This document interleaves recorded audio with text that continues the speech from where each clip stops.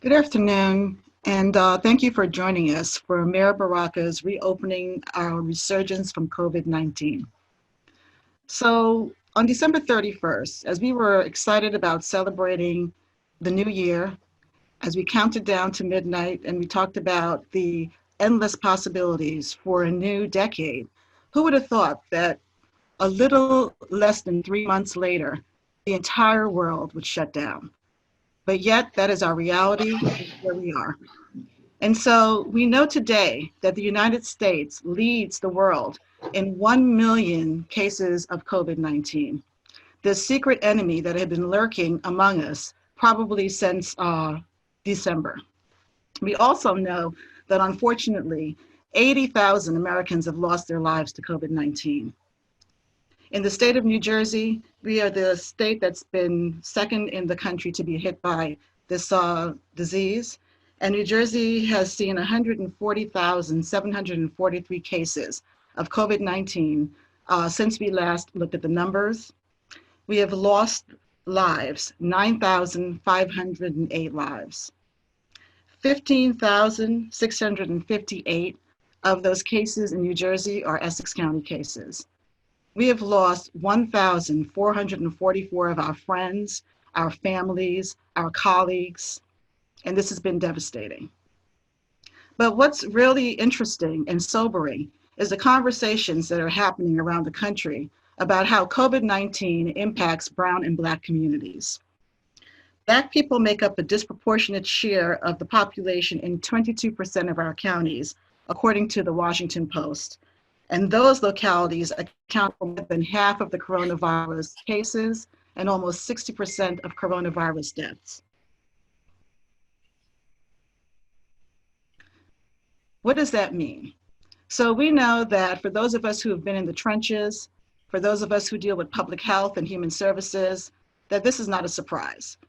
Federal government policies of redlining the devalued communities of color have given these the historical context to why this disease has impacted communities of color in the way that it has.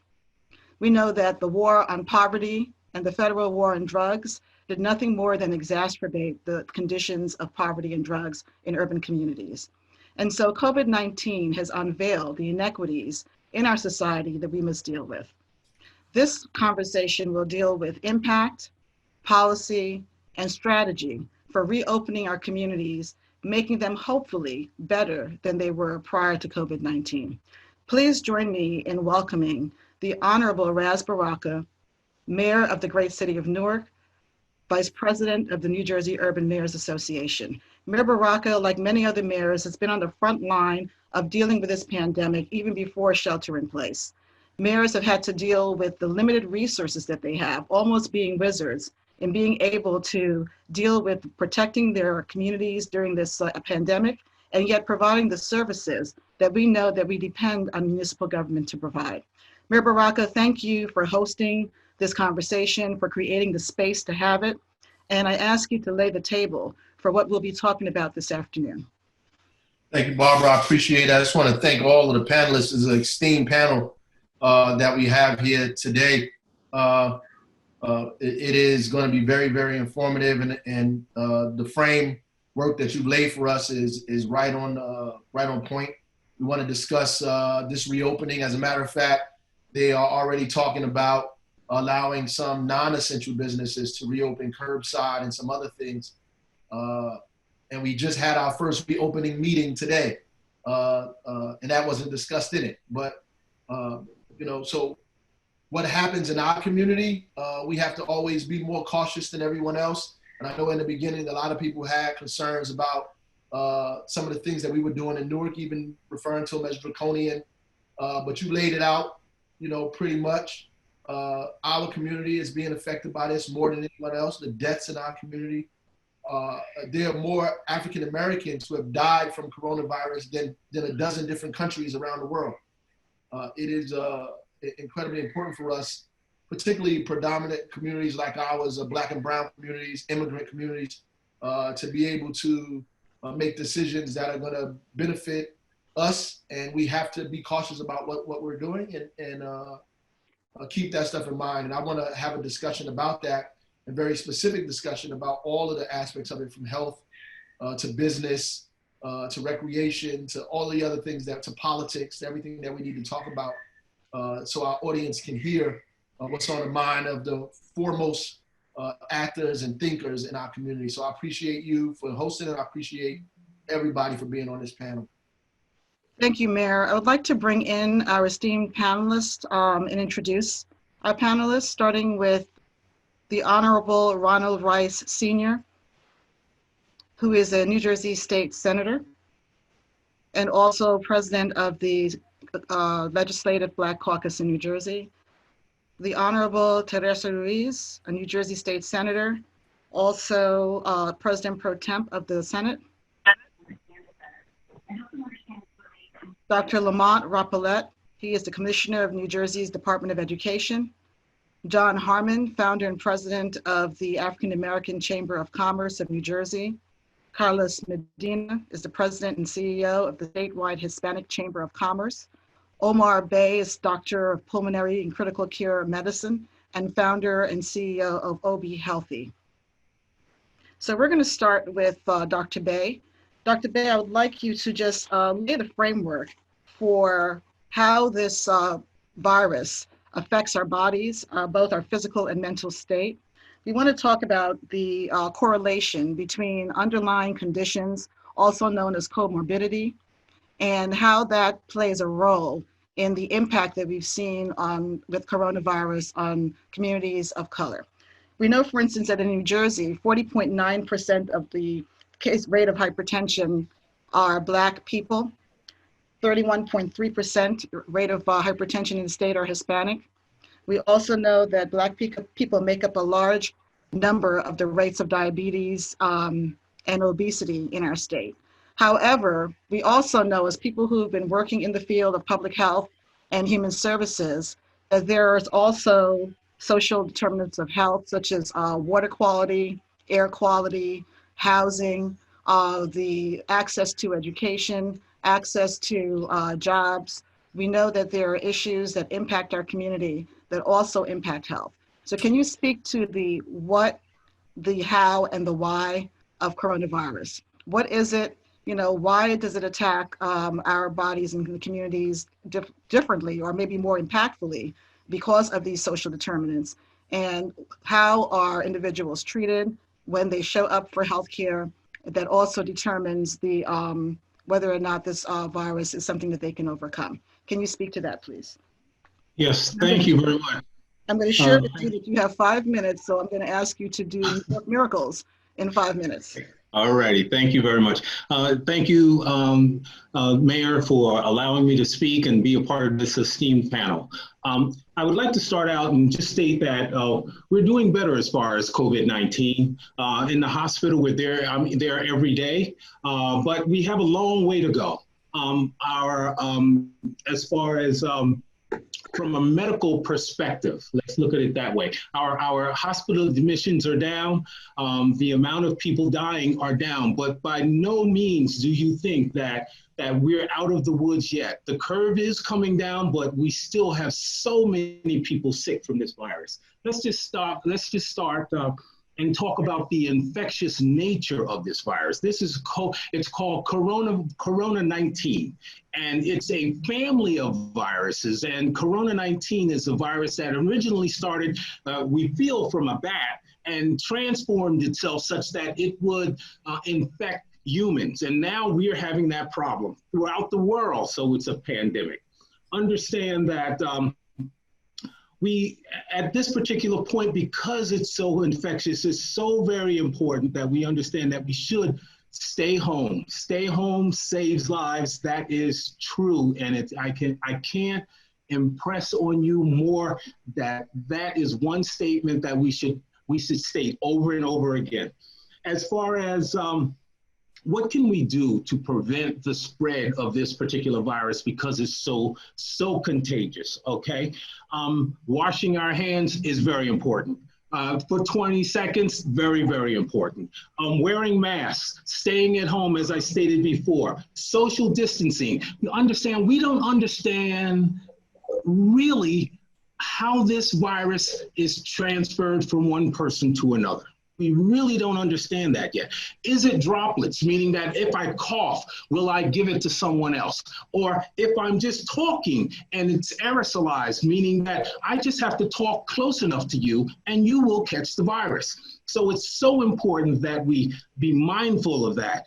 As far as counters are concerned, we don't know how long it lasts on a counter. If someone touches a counter and has virus on their hands, I come along, if it's 3 hours later, if it's 24 hours later, I don't know if I'm going to catch that. So sanitize, sanitize, sanitize. And as far as visiting our seniors, it's so important. We're talking about certain people in our population that are more susceptible. Our seniors are, and others that are more susceptible as well. We call them comorbidities. Now we're talking about hypertension, we're talking about diabetes, and we're talking about being overweight or obese.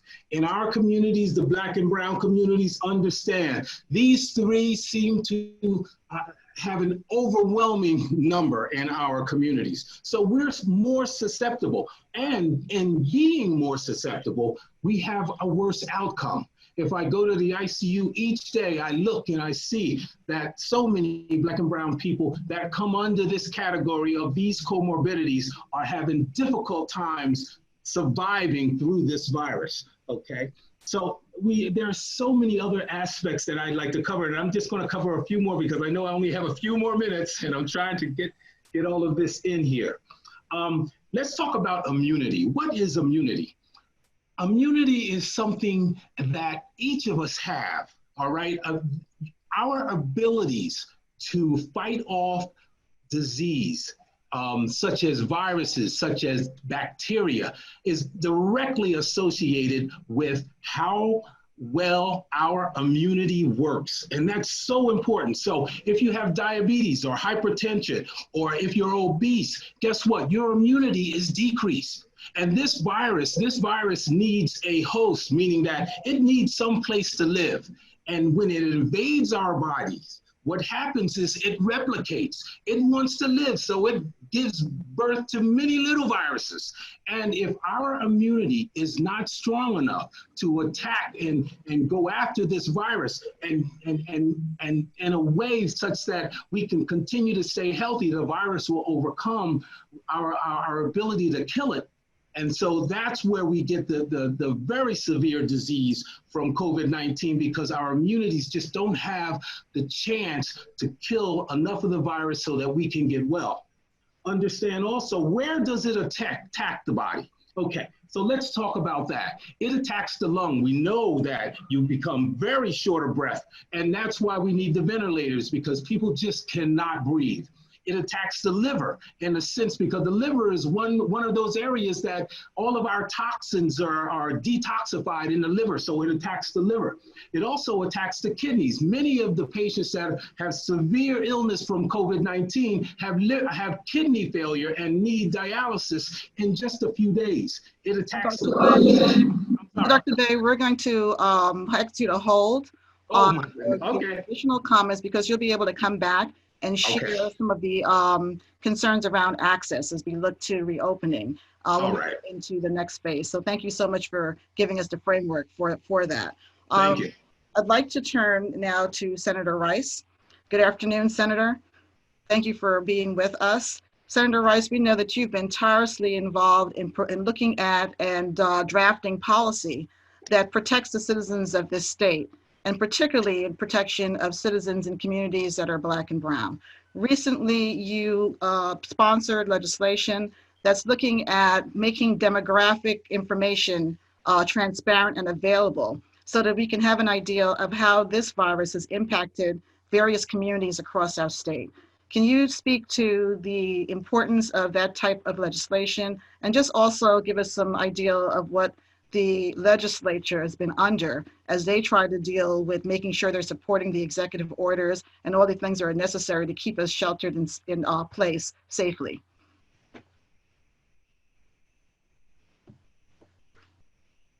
Senator, can you unmute your unmute? Thank you. Can you hear me now? Yes, we can. Okay, let me thank the mayor for all the work he's been doing. I mean, the guy's been working tirelessly, but also the people on this call, because I'm interacting with the people on this call on a regular basis. As chair of the Legislative Black Caucus, we're very much concerned about a lot of things. But the demographic legislation was to try to put in perspective where we are. New Jersey was not collecting data. It was frivolous data that they did have sporadically. We know from across the country, looking at other states such as Michigan and Chicago and others, that the data pointed to the fact that COVID-19 is impacting African American communities more so than anyone else, and that's been our history, if you will. We were concerned about when the Trump administration sent resources into New Jersey, that the resources go where the greatest needs are, and we wanted to be fair about that. So if the greatest needs happen to be in Sussex County and in white communities, then we need to address that. But our thinking is that given what we see across the country and given the history of New Jersey and what we're seeing already, the greatest need is going to be, once again, with Black and brown people in urban communities in particular.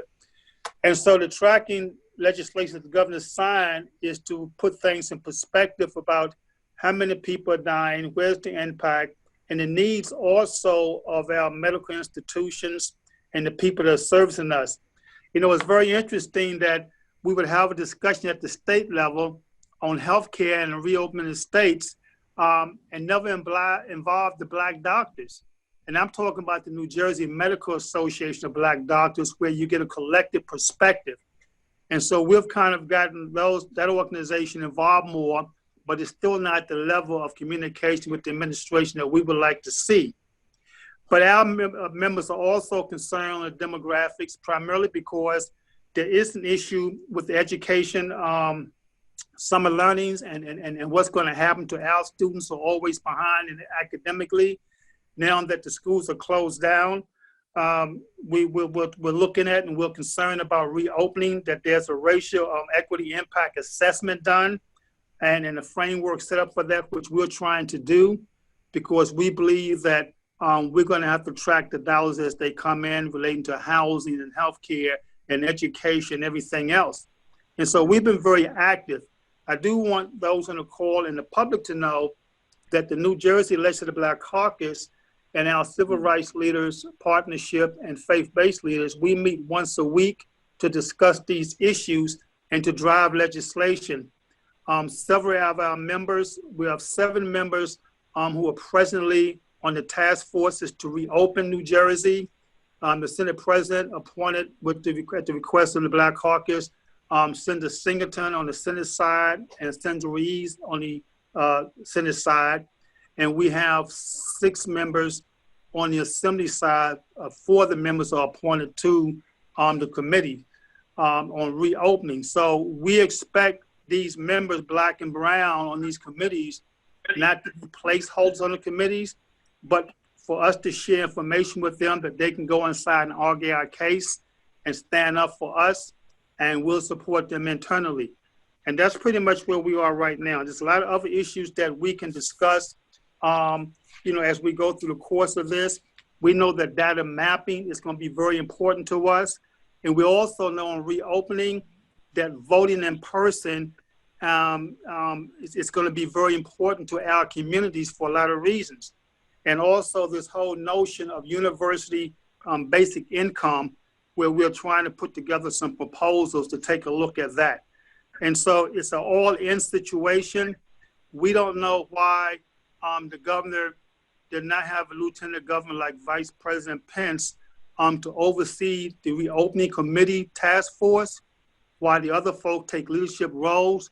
But she is on the committee along with Reverend Regina Thomas, who used to be Secretary of State. But we don't have the Black doctors or the Black lawyers on anything right now.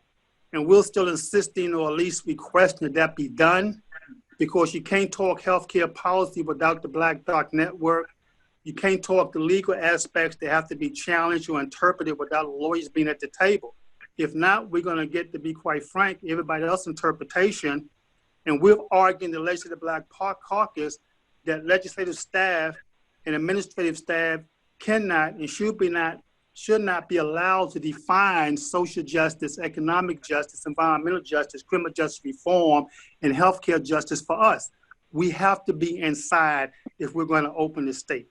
Thank you, Senator. And some of those issues I think we need to revisit as we have this conversation about reopening. It is clear, as you stated, that the people who are most affected by this need to be at the table, engaged in the solutions. So we thank you for that. And we will continue in speaking about the needs of our constituents as we go to Senator Ruiz and have her in her opening remarks speak a little bit about Senate Bill 2480, which she's a sponsor of, and it's pertaining to the individual tax identification number, which is something that is needed for our immigrant community as we look to make sure that all of our community is protected under the ramifications and the implications of COVID-19. Senator Ruiz?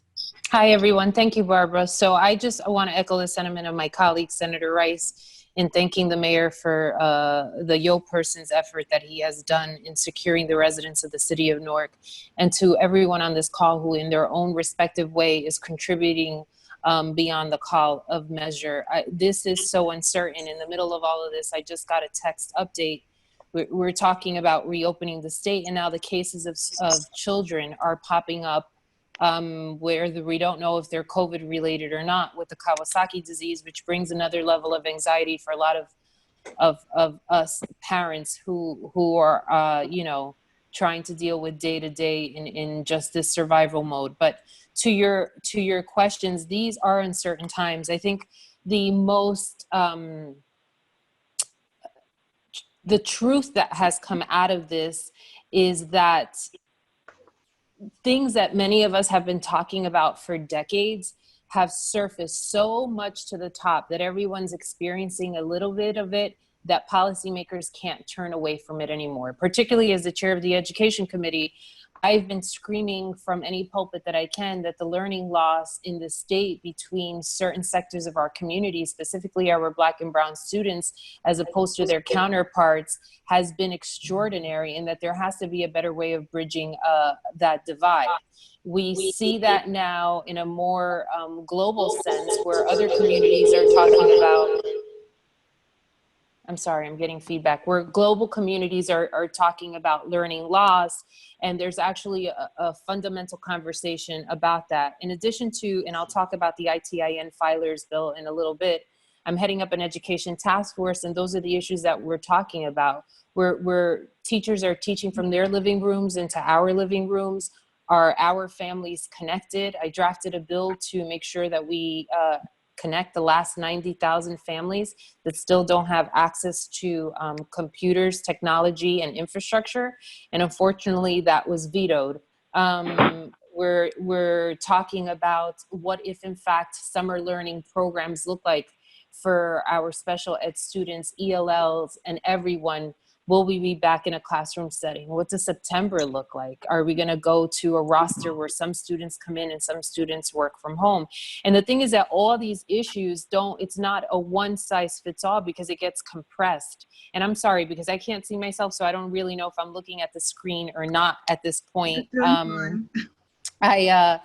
It gets severely compressed for families who, for instance, if you have to report to work, you can't even think about the possibility of teaching from home for a certain part of the days and then bringing your child to school other days. So there's a lot of uncertainty around all of this. But the one key thing that I keep talking to everybody about is that if we are going to learn one fundamental critical thing about this, is that we have to be honest about who we are in this country, in this state, in our cities, and in our counties. And by that, I mean, you see the impact to specific communities, and that's because it's the driving factor that's really flushing to the top every element that we know. That if you are living in an area that's compounded with pollution and you have asthma issues, if you are unemployed and don't have access to health care, well, that brings out another whole bout of issues.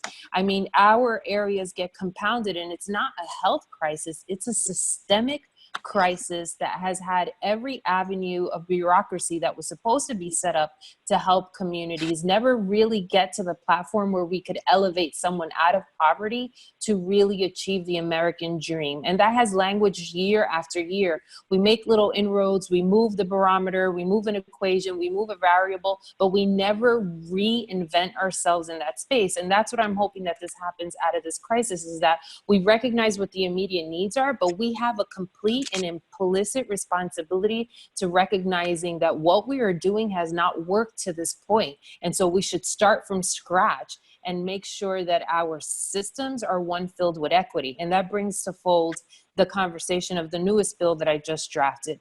We've been talking about all these spaces, right? How are we helping people? We've seen how even though unemployment is overburdened with so many people who are filing, at least you have access to file for that. There was a $600 additional that was tied to the traditional income that you would be receiving. There's a whole group of New Jerseyans that pay taxes, up to $1 billion in taxes, federal taxes, and close to $600 million in taxes to the state budget, who have access to zero one of these programs. They were not included in the federal program. They can't file for any benefits with our unemployment offices, and they are members of the fabric of the economic development in the Garden State. So we have these conversations about opening, but there are immediate needs currently. So we drafted a bill that we hope we see comes to the budget agenda and to the floor vote, and that gets signed.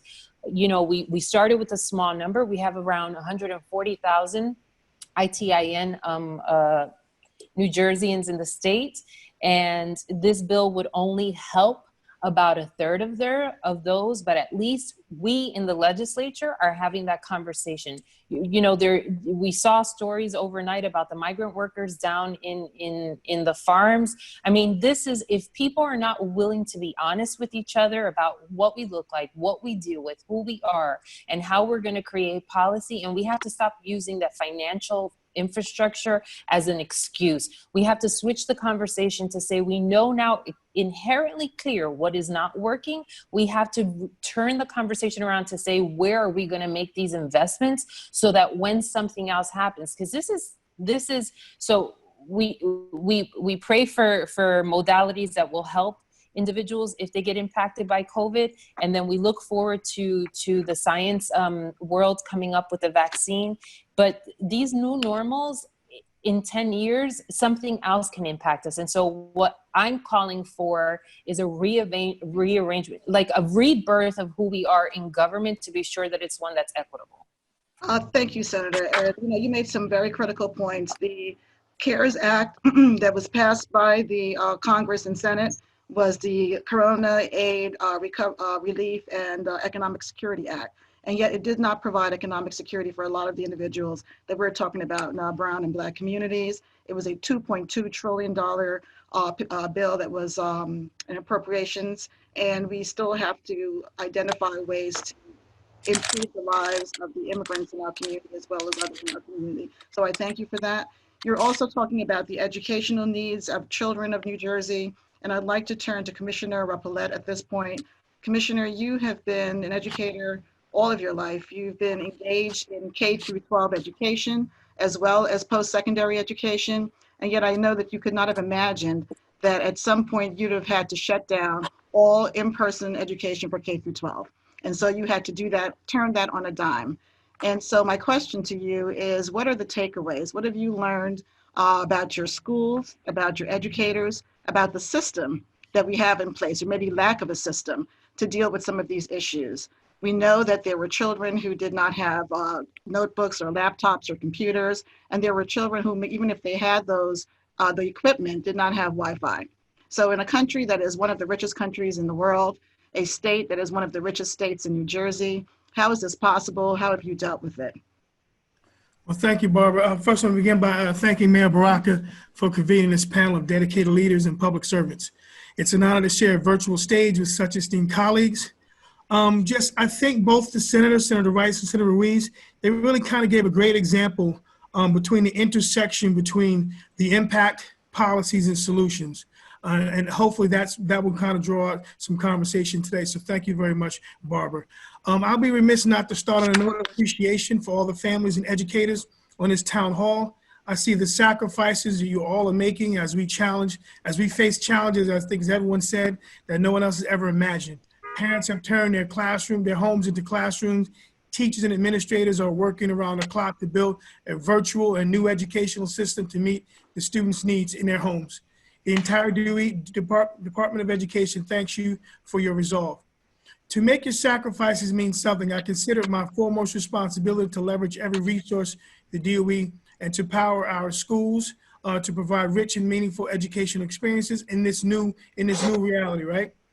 And that starts with instruction, but goes far deeper. Beyond instruction, students must continue to provide the social and emotional behavioral supports our children rely on. I know the firsthand the losses this community has felt, and I extend my prayers to Newark Public School System, Superintendent Roger Leone, and to the community of Newark. The impact of COVID-19 on educational systems are vast, and the policies and solutions we offer in return must rise to that occasion. I often talk about unprecedented times, calls for unprecedented acts of leadership and humanity. And these are the times that we lean on that humanity piece. And I think both senators and also Dr. Bay talked about the humanity piece in regards to understanding things that may have been in the past that we now come to the forefront. Now, nowhere do we feel the educational impact more than instruction on children to receive. Students accustomed to in-person guidance and attention from their favorite teachers will now switch to a completely different learning mode, all while juggling their own home life. This adjustment will be particularly challenging for students with disabilities, English language learners, and students experiencing homelessness, and countless other issues who rely on schools to provide individualized instruction. So that's what I mean. It goes deeper than just that instruction piece. It goes to that whole comprehensive support. For some of these students, virtual learning would be a natural fit. Some students have audio-visual learning styles, attend schools with resources necessary to build a robust online learning program or platform. They have teachers that are trained. However, other students, when we look at inequities and disparities in our educational system, other students do not. These inequities have plagued our educational system long before COVID, and this transition to remote learning shines a particular harsh spotlight on our equities and our gaps and our access to educational opportunity. Our data indicate, for every example, that schools need over 135,000 devices to meet remote instruction needs. And even with those devices, over 889,000 students, or 6% of our public school population of 1.4 million, lack the access to the internet. And I think that kind of shows the disparity that we have with kind of the have and the have-nots. Our schools and communities are making tremendous progress bridging these inequities. And in a 2-week window, I give credit to our school district and district leaders. Between the end of March and the middle of April, over 12,000 students gained access to the internet at home. We celebrate this process, but we also know that we can't rest on the fact until every child has a digital device and have access at home. I think both senators talked about, the disparities that we have, but now it shines a light on some of the things that we already knew. We knew that depending on your zip code, that our students was lacking certain things. So we're eager at the department to really, in the next weeks and months, to kind of confront this difficult time and put such as digital divide in the priority bucket list, so we can look at that. So in the future, we don't have to deal with the fact that every child does not have an educational tool to that. It must be said, though, even if we put a device in an internet connection in every child's hand, learning requires more access to virtual instruction. Students must feel safe. Beyond ensuring access, we must continue to provide accommodations. I think we need to learn how to really provide behavioral support and social and emotional support, and also mental health services during this time. The DOE, we have pursued a number of policies to address these impacts, looking at the whole child. Our guiding principle, Barbara, is to ease the burden of state requirements in order to allow schools and communities to focus on every resource on their students' pressing needs, especially now. I think we all understand that. To that end, we have taken some important steps to really get back to learning and kind of not dealing with the business of education, but more so the business of student learning. So Dr. Ruppel, let's talk about that portion of your remarks when we go into reopening. I appreciate the comments and the work that the Department of Education is doing in such a short turnaround to make sure that our students have access to education at home while we're sort of waiting out the storm. So thank you for that. We will come back to you in the conversation about reopening. I'd like to turn to John Harmon, who is president of the African American Chamber of Commerce. As we talk about parents educating their kids at home, we also have to look to the economy of how parents continue to provide resources to their family, food on the table, paying their bills, et cetera. A large number of our residents are business owners. You and I know that after Superstorm Sandy, we spent a lot of time working on policy that will make sure that businesses can recover and be resilient after a natural disaster. One of the things that we did not think about was biohazards. We could not have imagined something like a coronavirus and a pandemic. So now we have to look at that. And we know that the CARES Act, for instance, $2.2 trillion funding to states didn't really cover the needs of small businesses in the African American community. We thank the Congressional Black Caucus for identifying $10 million to support Black businesses. But again, we know that the need is still there. So can you briefly give us the overview of that? Well, first of all, I want to thank my good friend, Mayor Ras Baraka, for convening this conversation today, or discussion today, and my co-laborers who advocate daily for equity and fairness for our people. At the end of the day, I guess Senator Ruiz spoke about the systemic challenges. Systemic issues have been manifested at a devastating level and has cost us a lot of blood and treasure. And it's a real unfortunate situation. Barbara, as you talked about some of the inequities and the dollars that have been allocated, we're fighting with our hands behind our backs in terms of Black and brown businesses here in the state. So I'm kind of approaching this from a reset moment where we got to think about who we are and what we represent, not only to New Jersey, but to America in terms of our relevance and our value proposition. It's been grossly overlooked. If you look at where we are from an unemployment standpoint, prior to this pandemic, we had double-digit unemployment, whereas white New Jerseyans were single digits. Our poverty level ranged between 20 and 35% here in New Jersey. When you look at median incomes, we're below everyone. Look at net worth, we're probably about $6,000, whereas whites in New Jersey about $275,000. That underscores the gross disadvantage we have in just having a life of normalcy in our state where we pay taxes like everyone else. So with those systemic challenges we talked about earlier from a healthcare and from an education perspective, so when you have a pandemic that just is thrust upon you, it's very difficult to respond in a way to protect yourselves and your family. So my word to our business owners as we contemplate reopening is we got to get our mindset together and declare that we are relevant to this state and we have value. Accountability should be the new order and follow through. It's clear that we don't get our fair share of economic resources, economic opportunities, and so therefore we can't compete at the level that we can. We've made brick out of straw since our existence here in America. And it's time that we be treated equally and have an equitable state in all the positiveness that comes from this state and this country. Dr. King said that Blacks have a double portion of all that's bad. And we have to remind people going forward that we must be treated differently.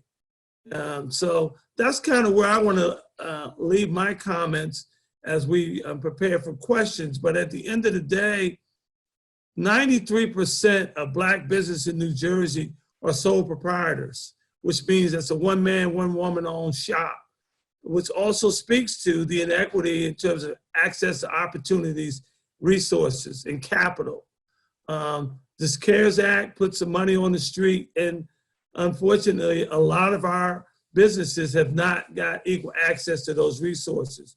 So as we reset and get businesses back to work, one, we got to make sure that they're safe, that their customers are safe, and that they can structure their operations so that they could slowly transition and scale back up to pre-COVID levels. And then lastly, I'll close, we need an equitable share of opportunities from both the public and private sector. That means contracts, meaningful jobs, and also capital to fuel our businesses. You can have the greatest ideas, but if you don't have the capital, you can't grow your business. If you don't have the contracts, you can't get the loans. So we need to figure this out today and be united in our stance that we're not going backwards when this state reopens. We're going forward.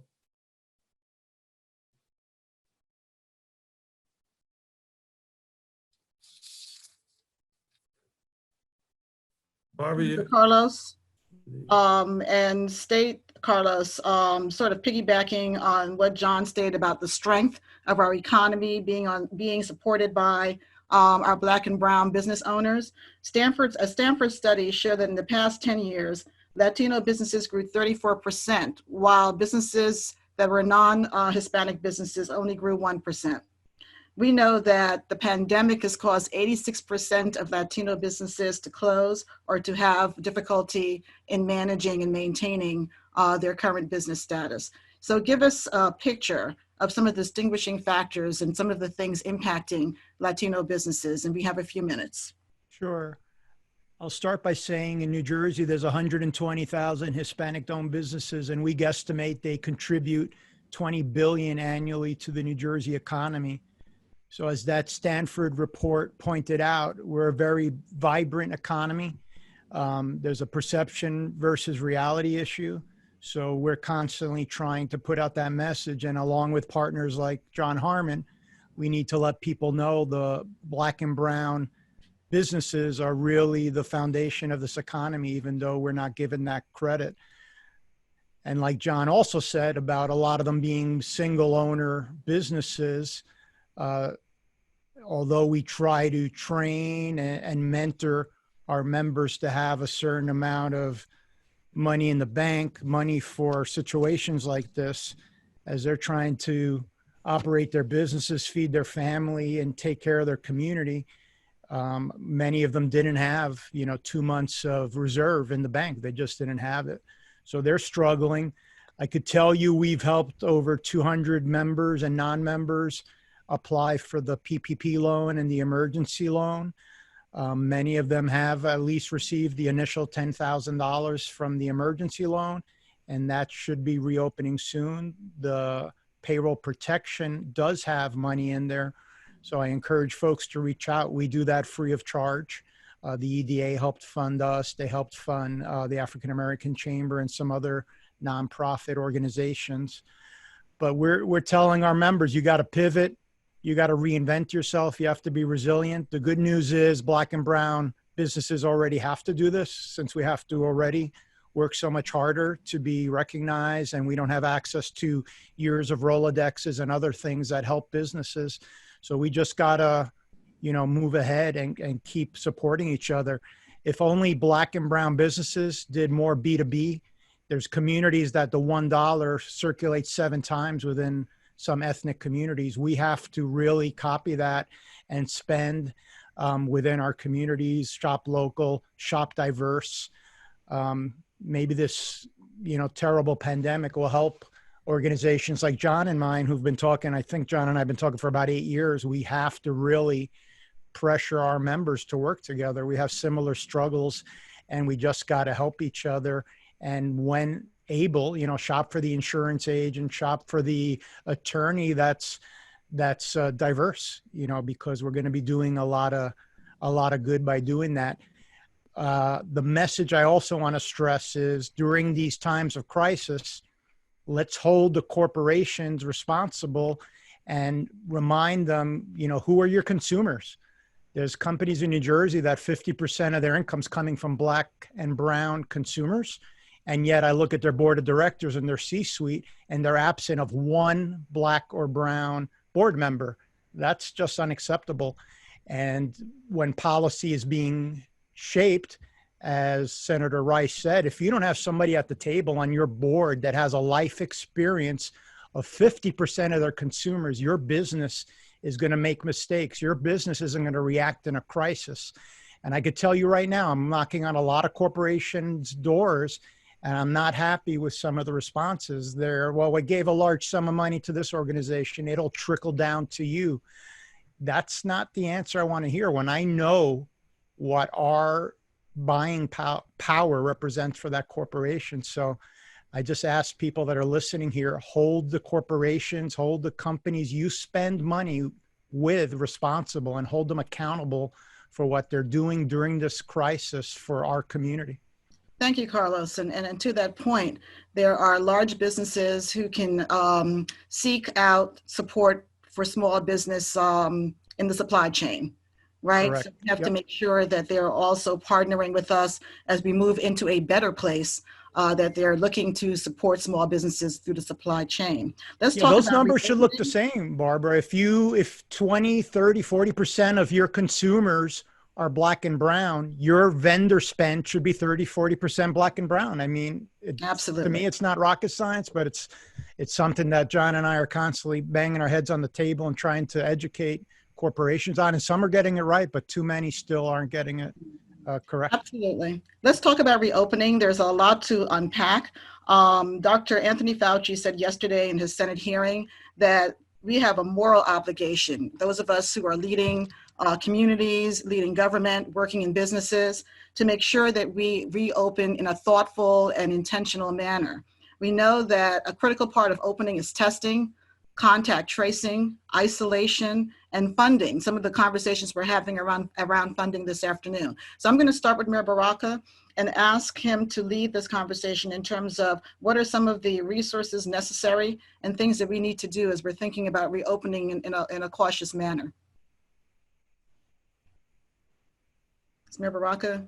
Yeah, I'm here. I was muted. So I'm glad you asked that. There are basic benchmarks we're looking for. One, you said it, robust testing, and we have ramped up the level of testing here in Newark, contact tracing, and that is causing a kind of backlash. People don't understand what contact tracing is. They're listening to what's going on the internet. A disease investigator and a contact tracer are two different things. Disease investigators actually have access to your medical information. These are clinicians who are certified, who take oaths, who do all kinds of other things. They've been around since all of the communicable diseases have to be traced. Contact tracers basically work under them to contact people and tell them you have been in contact with somebody who has had coronavirus. You should self-quarantine or go get tested. They don't mandate you to go get tested. They can't pull your children out of your home and make them get tested. They can't remove people from your house. Contact tracers merely contact people who have been close to folks that have been infected and inform them that you have been in close proximity with someone who in fact has tested positive and you should self-quarantine. They're not disease investigators, and that needs to be made clear. So that's what we're doing. Secondly, we need to make sure that the cases are, the number of new cases are not just flattening, but are reversing and going in the other direction. We are seeing some of that in the city of Newark. For example, the week of April 5th, we tested about 1,827 people. 68% of them came back positive. That's 1,241 cases.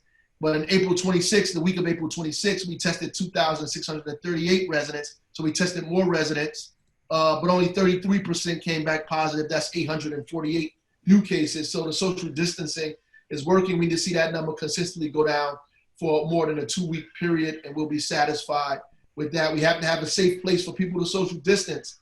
And that's a problem that we have in places like Newark that other municipalities don't have. We 75% of us are renters. We live in close quarters. If somebody is tested positive for coronavirus, can go home and invariably affect their entire family because there's no first floor, second floor, third floor, no den, no music room for them to, in fact, social distance. The city has leased a hotel where we're putting some people up who have trouble social distancing. When that is good and systematic, that's a sign for us. And the other sign is that the hospitals can take people when they're sick. If you're sick, you should be able to go to the hospital right now. Well, maybe a couple of weeks ago, when you go to the hospital, they were sending you back home. And some people were dying, in fact, in their homes. We noticed because we've been removing people from houses and putting them in refrigerated trucks, removing people from senior homes, putting them in refrigerated trucks, so there's no place for them to go. The funeral parlors had, multiple bodies still in them. That is, in fact, calming down. Hospitals are getting clear. Funeral parlors are beginning to take control of what's going on in their institution. It is not where we need it to be, but it's better than it was. And those are signs that we need to consistently monitor and make sure that they are going in the opposite direction. Those are just a few kind of things that we're looking at to make sure that it's safe for us to begin talking about opening up. And we want to do it in 2-week intervals. We also want to open up arbitrarily because somebody else is doing it. If we open anything up, we want to wait 2 weeks before we open anything else up because we want to give ourselves a chance to see if there's any spikes in cases before we just open everything up at one time.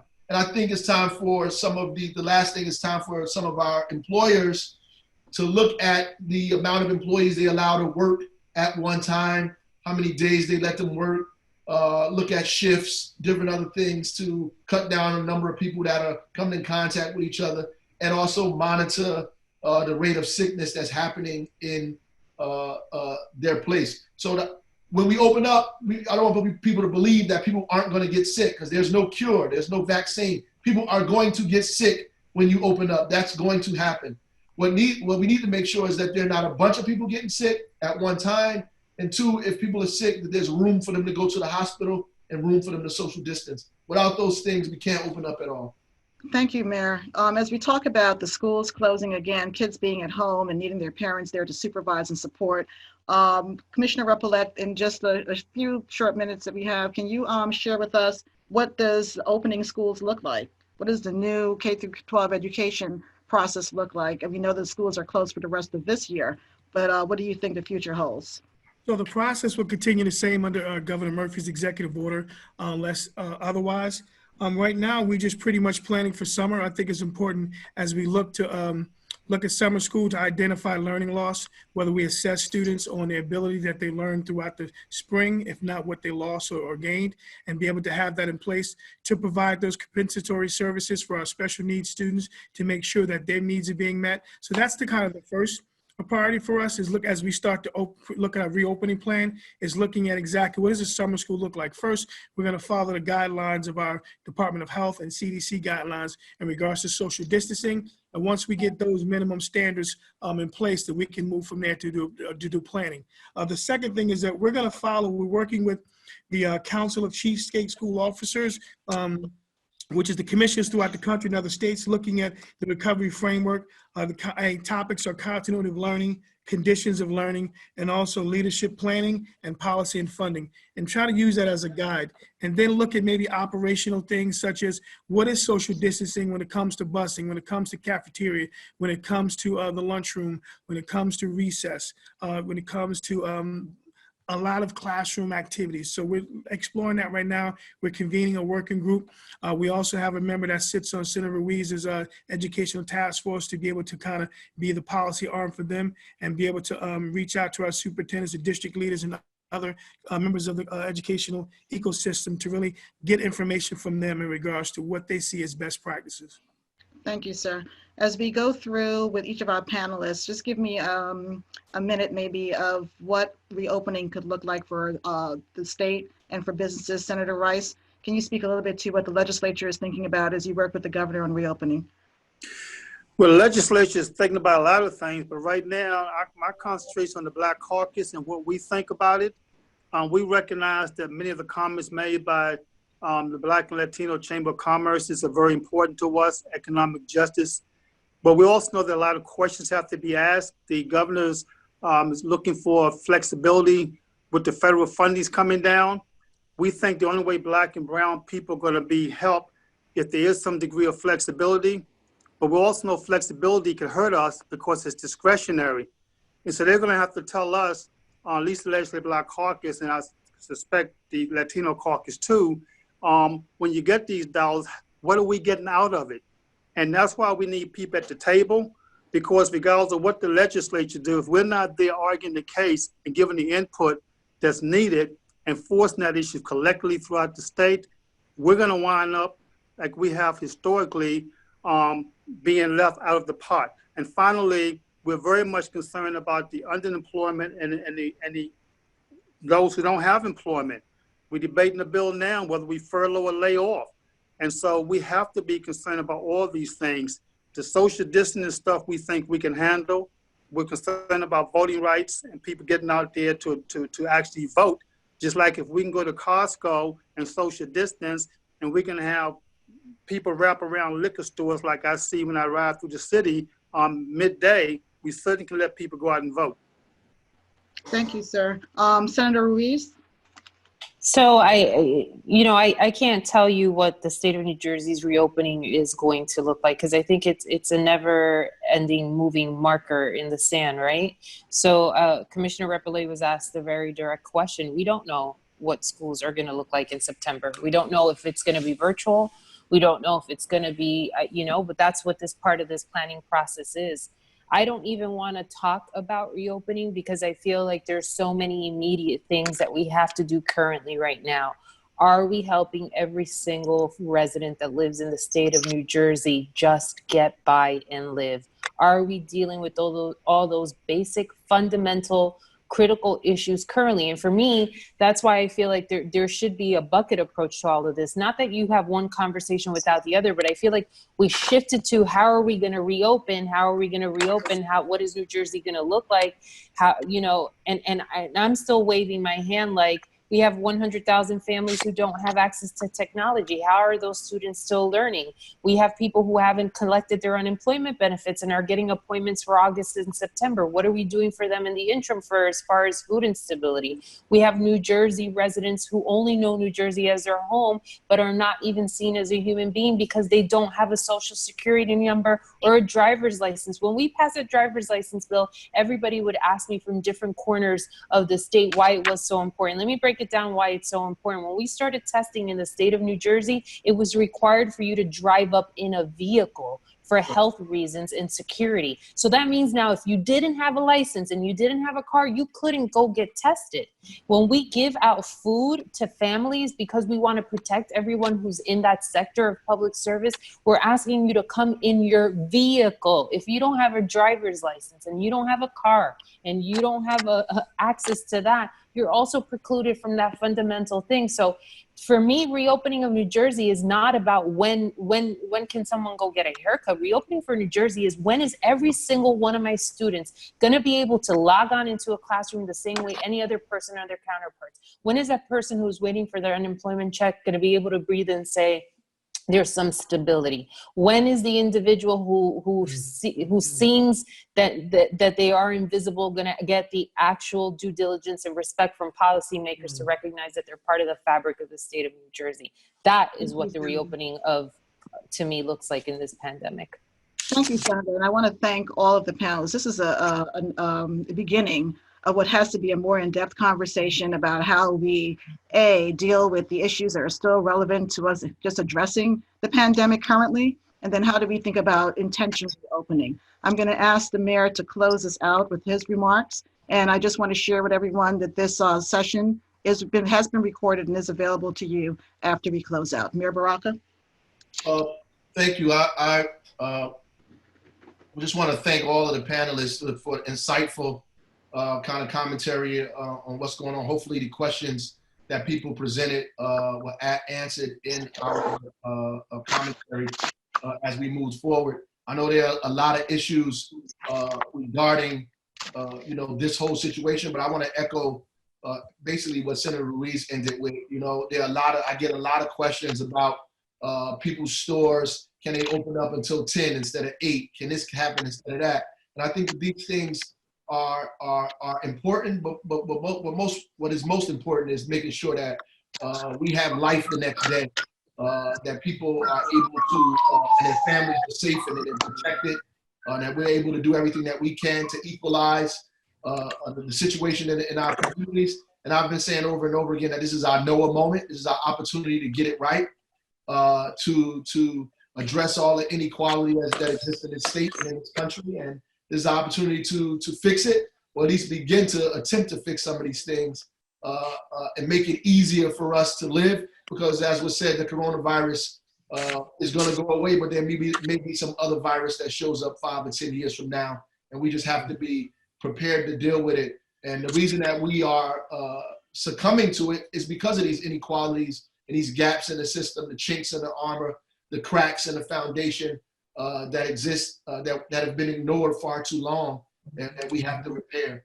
And so again, I just want to thank everybody for coming on here and thinking it not robbery to be a part of this discussion. And thank you, Barbara, for hosting it. And we have to do this again and try to answer some more of the community's questions. Absolutely. Thank you all. Thanks again, Mayor Baraka. And again, this is recorded and available to all who have participated. Thanks. Thank you, Thank you, Mayor. Thank you, everyone. Senators, John, Carlos, Barbara, thank you. Bye. Thank you. Thank you.